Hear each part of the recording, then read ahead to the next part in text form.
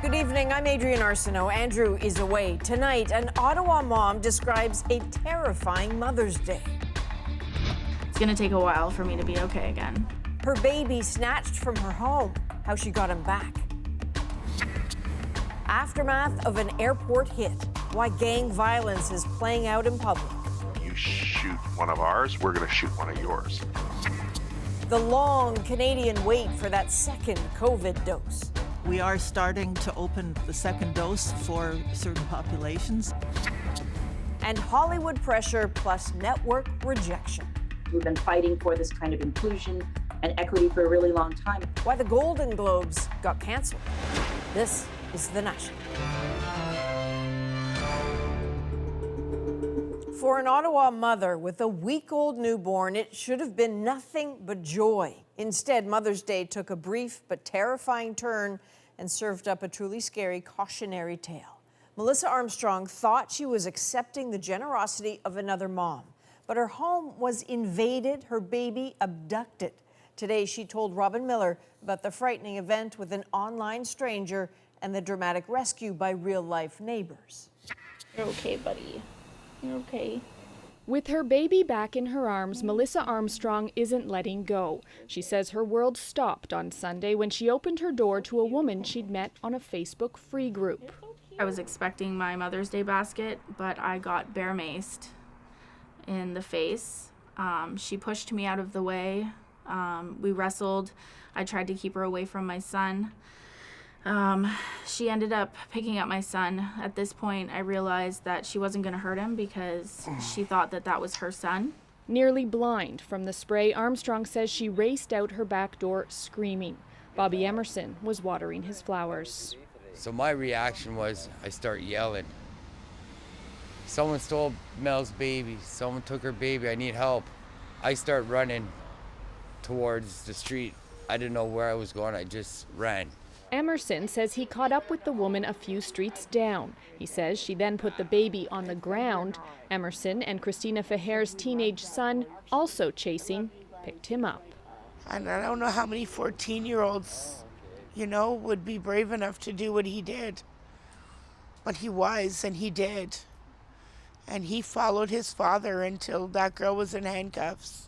32-year-old Nicole Shanks faces 10 charges, including abduction of a person under 14 and assault with a weapon. Shanks, who last lived in Shawville, Quebec, has a minor criminal record in that province. Armstrong says on social media she looked like a regular suburban mom. And 2 days earlier, she'd given a box of free baby clothes, an act of kindness that looks a lot different now. I went into tears because I was happy that he was back, but it was like, and then all that kept going through my head was why us, It's going to take me a long time to get over it. When I hear things behind me, I jump. I'm probably never going to answer a door again. It's going to take a while for me to be okay again. Okay, so this is horrifying. Robin, police said in this case that the suspect may have been contacting other moms as well. I'm curious, how did Melissa Armstrong react to that bit of news? Yeah, well, I mean, she's certainly wondering if she could have done something differently here, if she did something wrong. She says she didn't think twice about giving out her personal information on that Facebook group because it's a group she's used in the past. It's a common mistake, according to one cyber analyst we spoke to who said you should never give out any information to somebody online because, of course, you never really know who you're speaking with. No kidding. Robin Miller in Ottawa, thank you for your reporting, Robin. You're welcome. Police in British Columbia are asking for the public's help in their investigation of yesterday's daytime shooting outside Vancouver International Airport. As Briar Stewart shows us, it's just the latest violence in a growing gang war that has spilled onto the streets of BC's Lower Mainland. Even in an area that's seen a rash of violent and often very public shootings, what happened yesterday afternoon outside of the airport was shocking. Next thing you know, bam, bam, bam, pop, pop, pop. I mean, it was so fast. And then I realized that I had to get out of where I was sitting immediately in case there was more gunfire. 28-year-old Carmen Greywall was gunned down. He was well known to police and a longtime gang member. The suspects fled in an SUV. Oh shit, high-speed chase behind me. This video shared widely on social media appears to show what happened next. Holy there's gunshots. With a police car in pursuit, the suspects started firing, hitting an officer's car. The chase was called off. Bridges in and out of the area were closed. An SUV was found later, abandoned and burned. The shooting came only a day after another one in Burnaby. A 19-year-old was killed and an innocent bystander injured. These individuals, make no mistake about it, are vying for control of the drug trade, a very lucrative illicit drug trade. And in their mind, there's money to be made. Earlier this month, the corrections officer was killed after another targeted shooting outside of a mall. Police are investigating the motive behind that, but experts say the current surge of violence is tied to retribution after a few high-profile killings. It really is, tit for tat violence. You shoot one of ours, we're going to shoot one of yours. They are so brazen and have such emboldened attitudes. Cal Desange is a police officer and runs an organization that tries to steer kids away from gangs.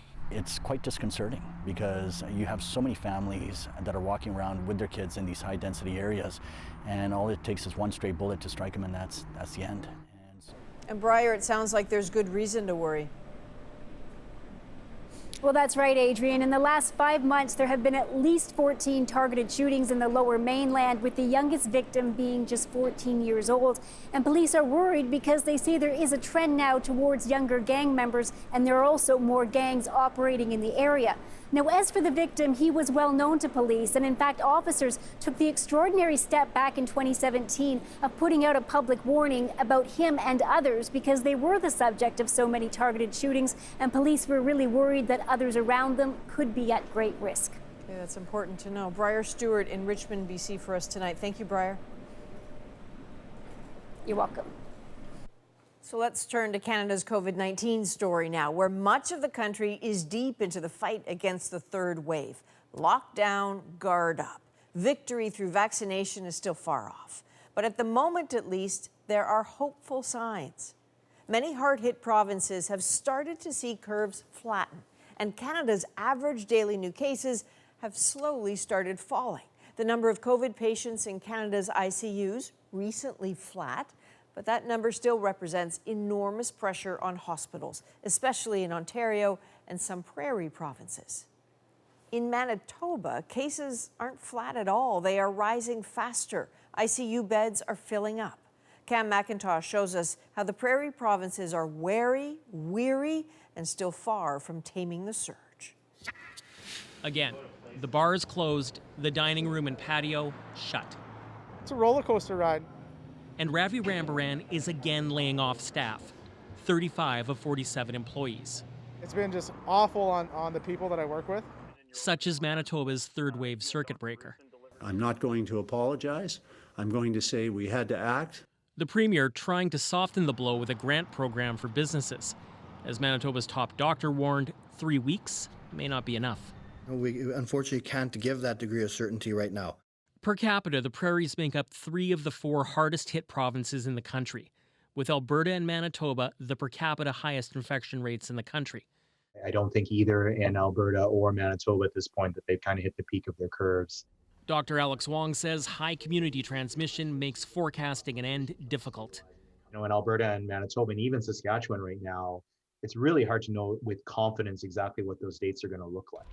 Saskatchewan is planning reopening, tied in part to vaccination levels, an incentive to get the shot. Still, cautions the health minister.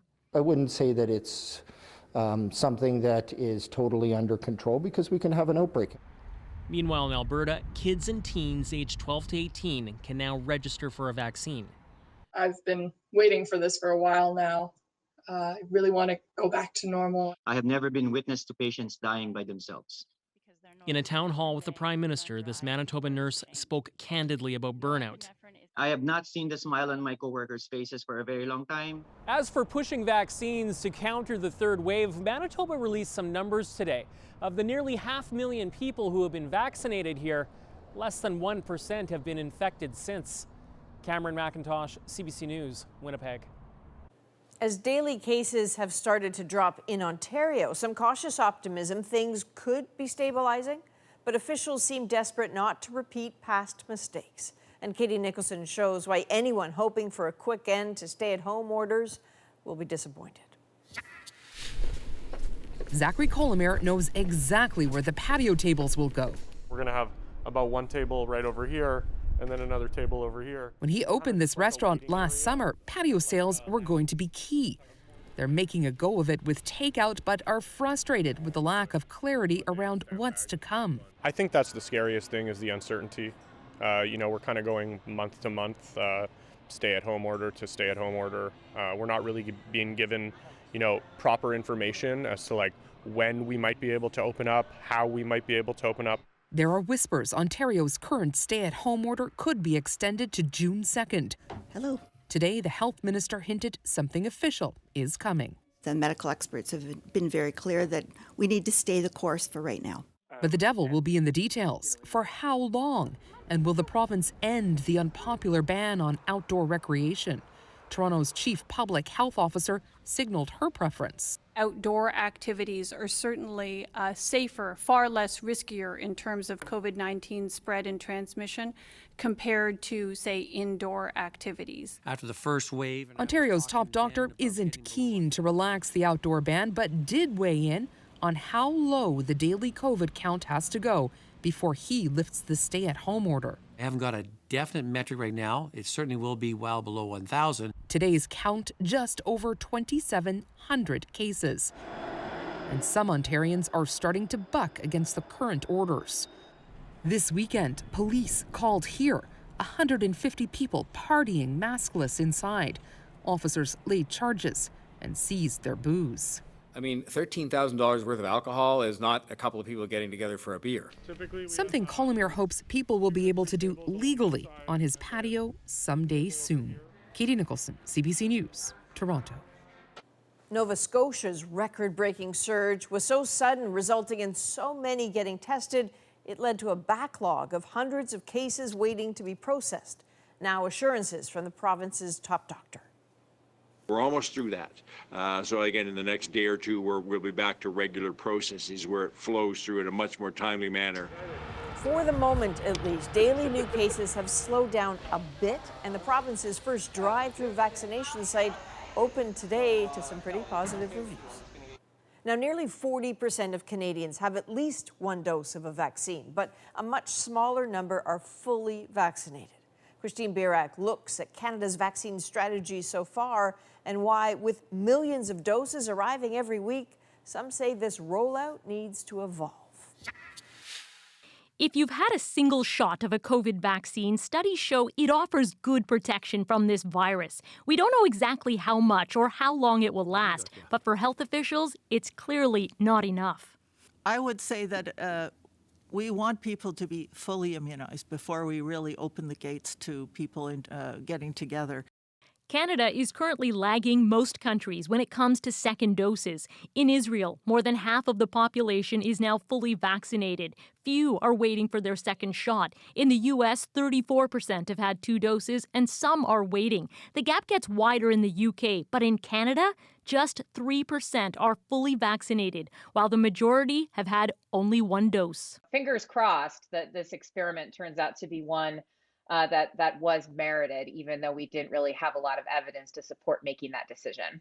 Provincial decisions to make most Canadians wait up to 4 months for second doses was strategic. Protect more Canadians with first doses instead. But with vaccine supplies now increasing, the wait will soon be over for some. We are starting to open the second dose for certain populations, so we're getting there. But I don't think we're there yet. Ontario has announced high-risk healthcare workers, dialysis patients, and all Indigenous groups will soon be eligible to book their second shots. At the same time, children 12 and up in Alberta can now line up for their first shot of Pfizer. The question remains, does it make more sense to continue vaccinating more people with 1 dose or to focus on fully protecting at-risk groups? Overall, having more doses in arms means that there's less COVID for everybody. Teacher Janine Kurzinger says she'd feel safer in a classroom with her second shot. With all the variants and everything, it's kind of concerning. But until we know more, most people will have to continue waiting for that second dose. Christine Birack, CBC News, Toronto. So we know you have questions about vaccines and just how protected you are after that first dose. The doctors are standing by with their answers. That's in about 15 minutes. The World Health Organization has just named a new variant of concern, B.1.617, first found in India and now found in more than 20 countries, including Canada. There is some available information to suggest increased transmissibility of B.1.617. As such, we are classifying this as a variant of concern at the global level. It is now the fourth variant of concern. It's not clear it's any more dangerous than the variant now dominant in Canada, B.1.1.7, first found in the UK. The World Health Organization stresses that so far, vaccines do appear to work against it. Canada has several dozen known cases of it. Now, days of clashes between Israeli police and Palestinian protesters in Jerusalem suddenly escalated tonight. Rocks replaced by Hamas rockets, rubber bullets by Israeli airstrikes. At least 20 people are dead in Gaza. Hundreds are hurt. As Sasha Petrusik tells us, there are threats of further escalation. Rockets rained on the outskirts of Jerusalem tonight, launched in anger by the Palestinian militant group Hamas from Gaza. Actually, two of them landed around a few hundred meters from here, and we heard it, and it was the house was kind of shaking. Danny Zakin covers security for the magazine Globus. And as Israel fired back at Hamas with its own missiles, he was told a full-scale attack on Gaza could follow. There is an option that, yes, there are going to be more than just shooting from airplanes or tanks and maybe even getting inside Gaza.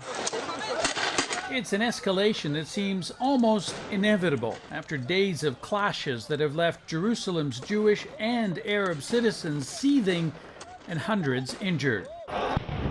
This morning, Israeli security forces attacked the Al-Aqsa compound, one of Islam's holiest sites, trying to evict Palestinians.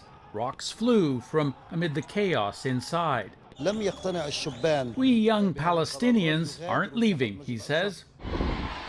Later today, Jerusalem's Old City was jammed with extremist right-wing Israelis celebrating Israel's occupation of the West Bank, equally furious and defiant. Why am I here? Because we're not going to let anyone win when they're going to threaten us. But the most contentious standoff has been in a neighborhood called Sheikh Jarrah in East Jerusalem, the district annexed by Israel but coveted by Palestinians as their symbolic capital. Several Arab families here face court eviction from homes claimed by Jewish settlers. One big flashpoint among many in Jerusalem that threatened to explode even further. Sasha Petrusik, CBC News, Toronto. One of the worst cyber attacks on U.S. infrastructure had officials scrambling today. The FBI confirmed who managed to shut down a major pipeline, and the White House acknowledged the rise in ransomware attacks may require bigger changes in online security. Thomas Degla has more. A pipeline that normally delivers fuel to tens of millions of Americans remains, for days to come, nearly useless. The victim of an invisible intruder created overseas and causing concern all the way to the White House. There's evidence that the actor's ransomware is in Russia. They have some responsibility to deal with this. The FBI took the unusual step of naming the group responsible, DarkSide, makers of ransomware sold on the dark web. Their tools used to infect computers, lock down files, and demand ransom from unsuspecting users. We have never seen this scale attack ever perpetrated before, and even the audacity of it seems to have caught the criminal group that built the technology off guard as well. DarkSide says its goal is just to make money and not create problems for society. So it will now verify its clients' targets beforehand. The Colonial Pipeline runs nearly 9,000 kilometers from Texas to New Jersey, supplying fuel to some 45% of the East Coast. Its network taken offline last week after an attack that the U.S. says was not directed by the Kremlin. At this time, we assess that DarkSide is a criminal actor, but that's certainly something that our intelligence community is looking into. DarkSide has in the past claimed responsibility for attacks on Canada's Home Hardware and Brookfield Residential, a gang presenting itself as a sort of Robin Hood of the internet, donating the proceeds of crime to charity. They put certain mechanisms in place to make their identity extremely difficult to identify. Canadian intelligence says ransomware attacks will almost certainly continue to hit large companies and critical infrastructure. The U.S. pipeline may be the biggest target yet, but it won't be the last. Thomas Dagg, CBC News, Toronto. A big blow to the Golden Globes tonight. NBC says it will not air next year's award show. Next, from Hollywood stars to the big studios, why the Hollywood foreign press is under fire. And this is something that's not working. More than a year of pandemic learning takes a toll on student education. The teacher said that he was a full year behind, and we were shocked. The push to help kids catch up. And travel companies are offering big deals for your next vacation. We're not only seeing a big surge in inquiry, but also bookings. What you need to know before you book. We're back in 2.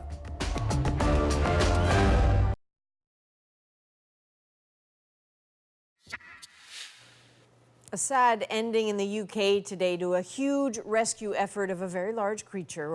Over the weekend, an unwell minke whale calf got stranded in London's River Thames. Today, it was euthanized. The vet pathologists at London Zoo will do a necropsy and they will work out the history of the animal.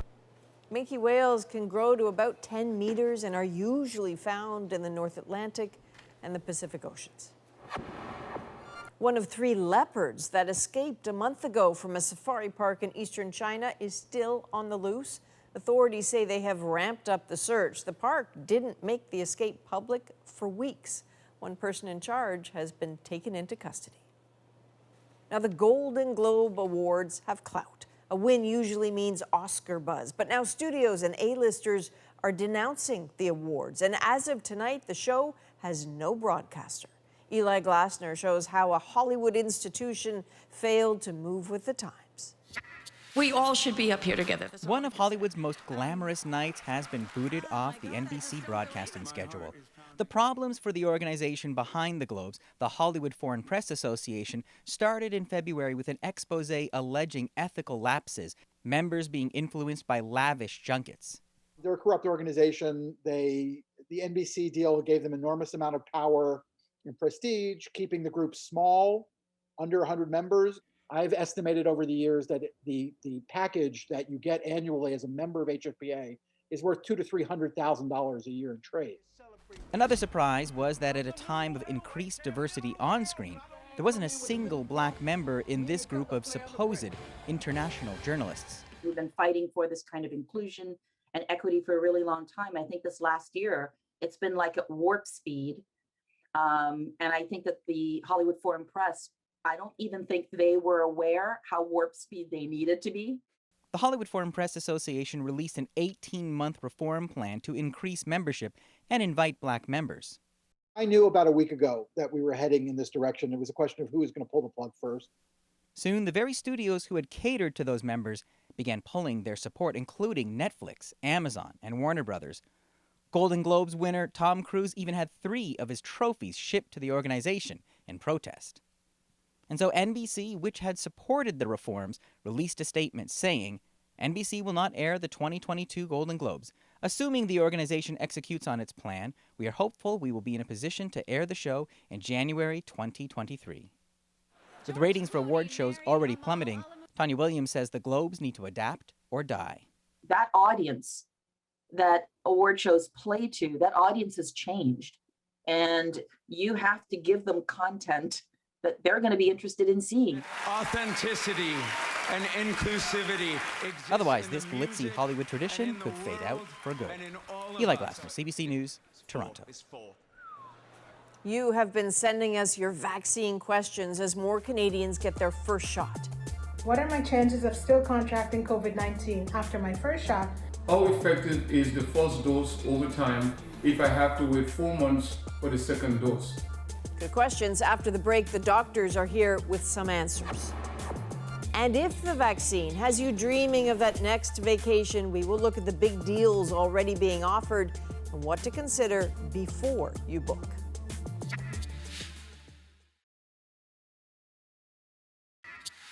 Hello. Hi. Hello. During an online visit to an Ontario vaccination clinic today, the Prime Minister heard just how hard the pandemic has hit frontline healthcare workers. We're tired and overworked. Sorry, I'm getting a bit emotional. I didn't expect that. No, that's quite all right. We've lost colleagues to mental burnout, and suicides have happened in our community, in the nursing community. So sorry. Trudeau said Ottawa stands firmly behind frontline workers, but Ontario has jurisdiction over its own health care. All right, tomorrow. Much of Ontario's focus now is on COVID-19 hotspots, including Toronto and Peel region right next door. The big push there is to vaccinate essential workers after outbreaks in factories and warehouses. Ioana Miliotis tracks that progress tonight. From the start, they've always been on the job. Essential workers who can't not go to work, and why vaccines are now going to them. I'm happy. I was actually trying to book an appointment when this opportunity came along, so I jumped on. I got 3 kids. One of them has asthma, and I got a father with autoimmune disease, MS. So I'm really excited for this. Really, really excited for this. Yeah. On this day, 1,000 employees from a Toronto food manufacturing company and its suppliers were offered a job. They all work, and many also live in COVID hotspots. So the closer we can bring it to their place of work, to me, that was also very important. So having the opportunity to get vaccinated at work, we're simplifying the process. Essential workers have fueled Ontario's devastating third wave. As vaccine supply goes up, workplace vaccine clinics are ramping up too. Ontario's food terminal started today. Amazon started vaccinating its workers last week and also funded a community clinic in Mississauga. Just gonna go up there. Organizers here say all help is welcome and critical. If we're putting these people in harm's way, then it's important that they're also prioritized for vaccines to ensure they're protected and that we are actually looking out after for them.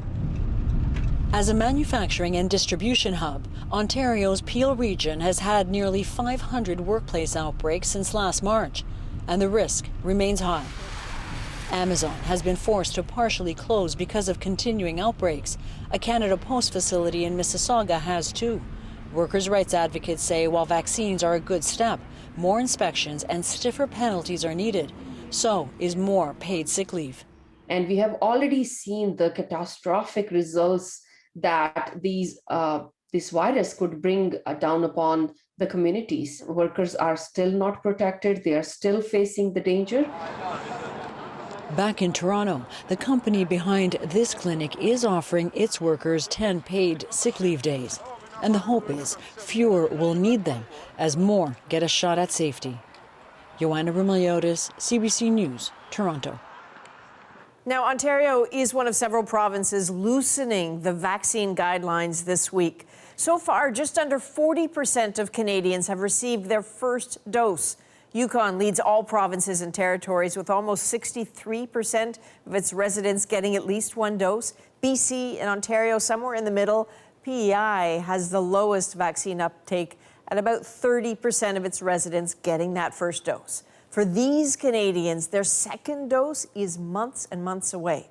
So in the meantime, how much protection does one dose give, and how do variants change the landscape? We have your answers to your questions with infectious diseases specialist Dr. Susie Hoda and Dr. Lenora Saxinger. So thank you both for joining us again. And Dr. Saxinger, I really wanted to start with you. With more Canadians getting this crucial first dose of the vaccine, lots of people are asking this question we got on video. Let's have a look.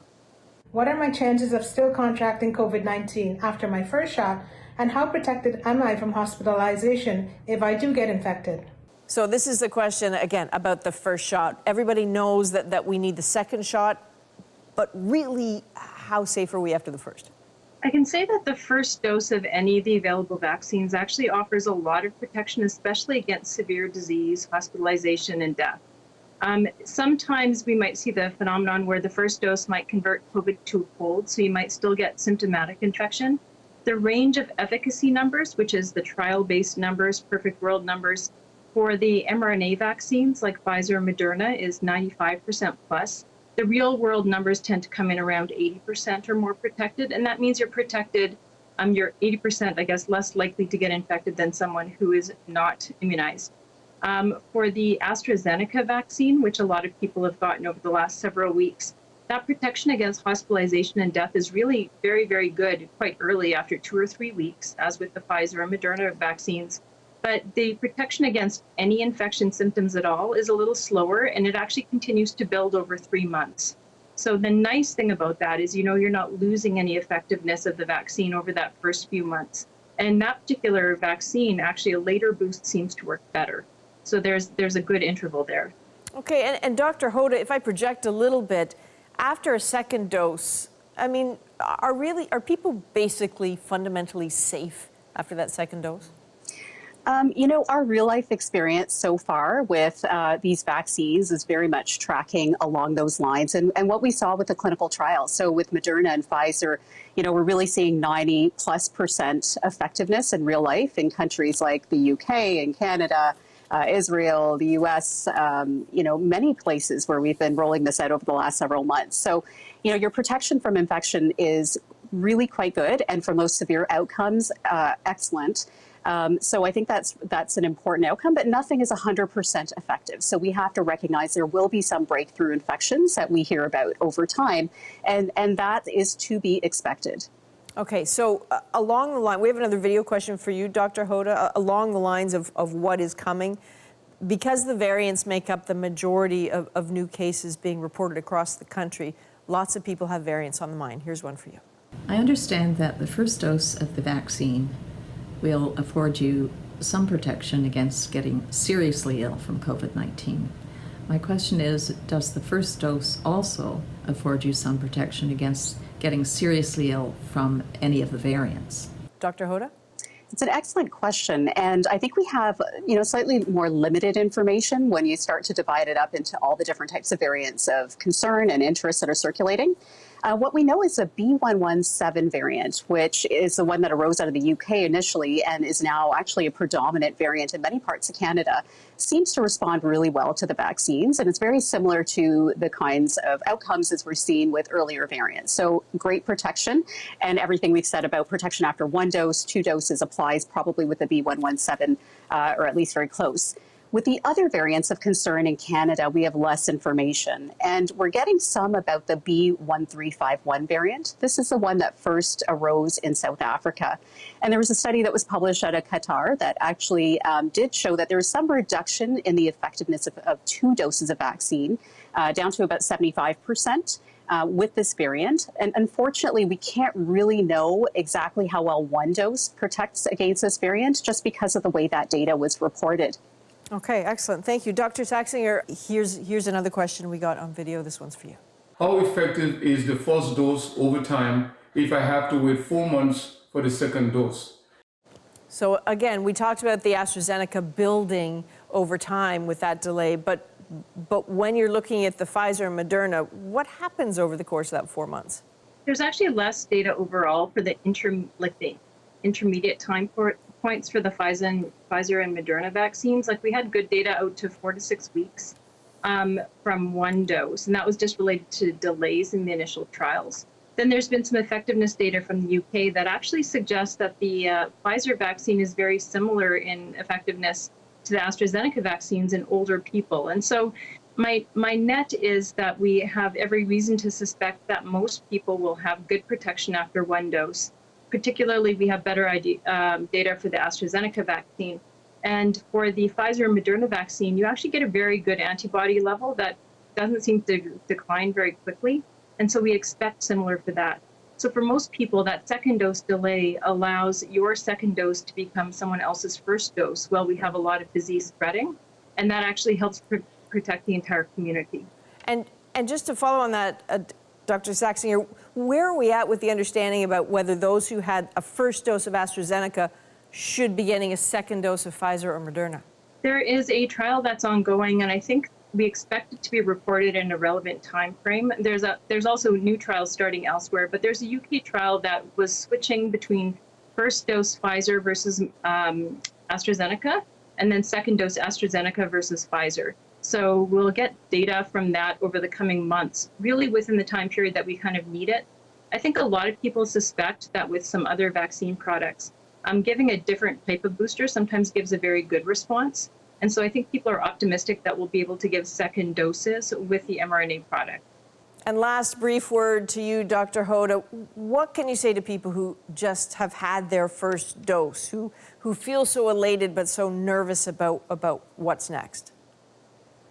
A few things, actually. So first of all, it takes your body a couple of weeks to build up an immune response. So, it's really important that you be absolutely careful in terms of avoiding contact with other people, wearing your mask, just, doing everything you need to do to prevent getting infected in that period of time. And in fact, until you get your second dose. And that's my next point. It's still really important to get your second dose. It's great that you have good protection after one dose, but it shouldn't mean that you defer your second dose. And the final thing I wanted to say is it's great to have gotten vaccinated and to get onto that track. And I think there's hope on the horizon as we roll out more vaccine and also keep in place the public health measures that are really important to drive down the numbers so we can all see, hopefully a pleasant summer. Oh, we need that so much. Dr. Hoda, Dr. Saxinger, thank you both so much. Thank you. A lot of parents are concerned about what a year of pandemic learning has meant for their kids. The teacher said that he was a full year behind, and we were shocked. Next, what's being planned to help kids catch up?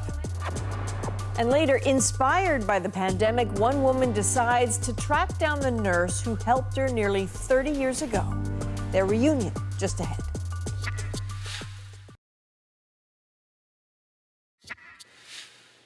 Welcome back. Alarm bells are ringing for some worried parents about the effect of pandemic lockdowns on their children. A study out of Alberta shows primary-aged readers are lagging behind. And as Deanna Sumanek-Johnson found, some provinces are now making plans to help them catch up. The Bay and D'Angelo family has enjoyed their extra time together, but this past year has not been great for their son Connor's education. When we got his report card last November, the teacher said that he was a full year behind, and we were shocked and disappointed. So his reading and writing has definitely suffered with just the inconsistent education of going back and forth and from in-person to online. Not all words are adjectives. Connor is not alone. In Alberta, this educational psychologist conducted a study on literacy skills of elementary students last year. He found that children in kindergarten to grade 3 had fallen behind by up to a full grade. If these children are now learning online and they don't have the same attention that they would otherwise get from their teachers, these children will continue to struggle and possibly never overcome their reading difficulties.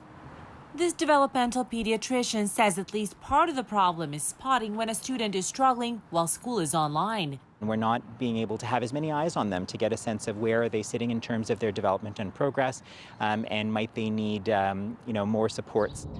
To fix that, Alberta enlisted the professor who launched the study to help teachers learn how to notice problems early, even in an online setting. Do you know what sound this letter makes?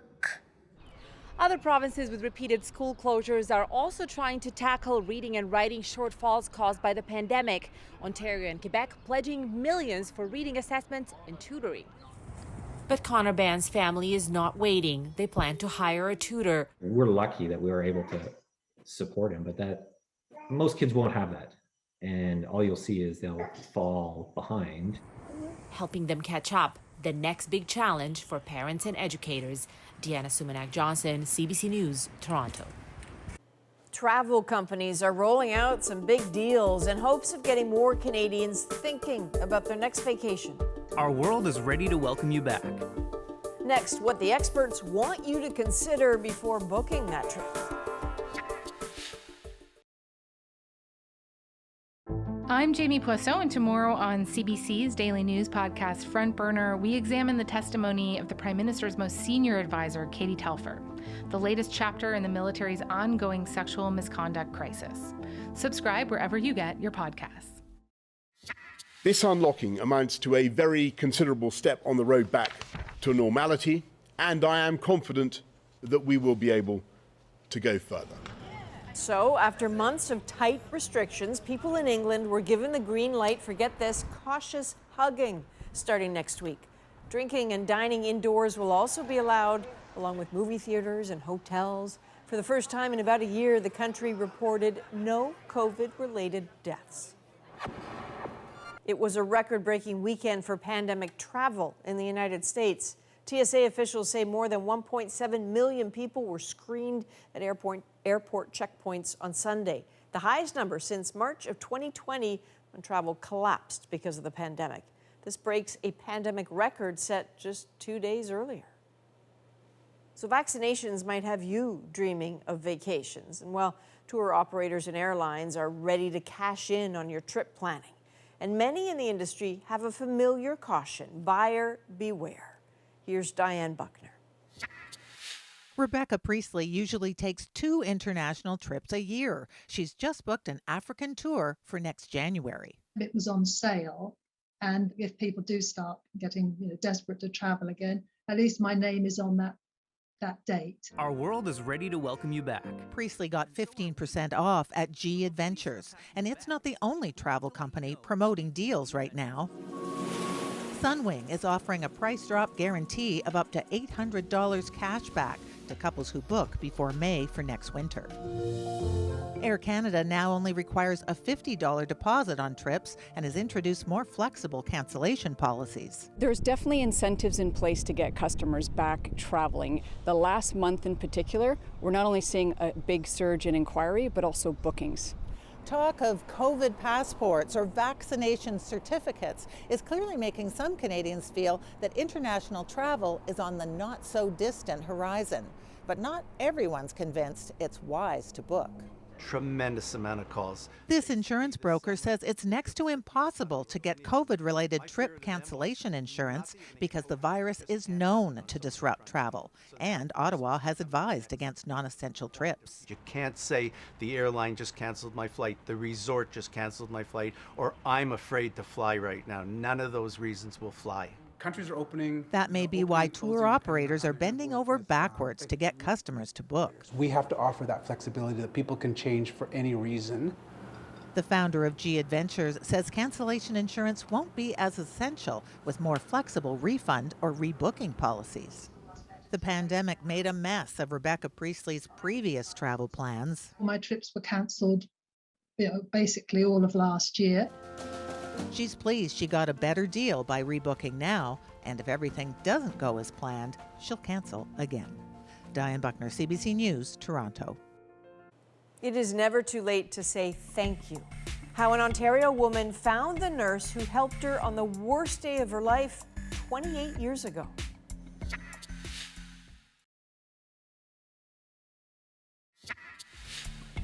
Back in 1993, Terry Lacroix's life turned in the span of a day. Her husband came down with a cold while battling non-Hodgkin's lymphoma. And then, suddenly, he was gone. But one nurse took care of Lacroix while she took care of her grief. And 28 years later, she still feels that compassion. So she set out to find that nurse to say thank you, and that's our moment. No one really told me how serious it was. And this sweet little nurse sat down beside me, and she was amazing. After John had passed, my mom and dad finally showed up, and I never saw Kathy again. It was the right time to look for her. So I just posted on Thunder Bay Memories, and it blew up. It felt very surreal, like to have somebody mention a case that you remembered from 28 years ago. You know, Kathy, I just want you to know how much you meant to me that day, and I just want to thank you from the bottom of my heart. It's pretty rewarding to know that you touched somebody's life like this, it gives me the incentive to keep nursing for a little while longer. And so this is happening around the time of National Nurses Week, so deserved. They do plan to meet when they can, when the pandemic is over. And Terry says it's just been thinking about frontline workers and nurses and the pandemic and watching the news that made her say, it's time to say thank you. That is a national for May the 10th. Good night.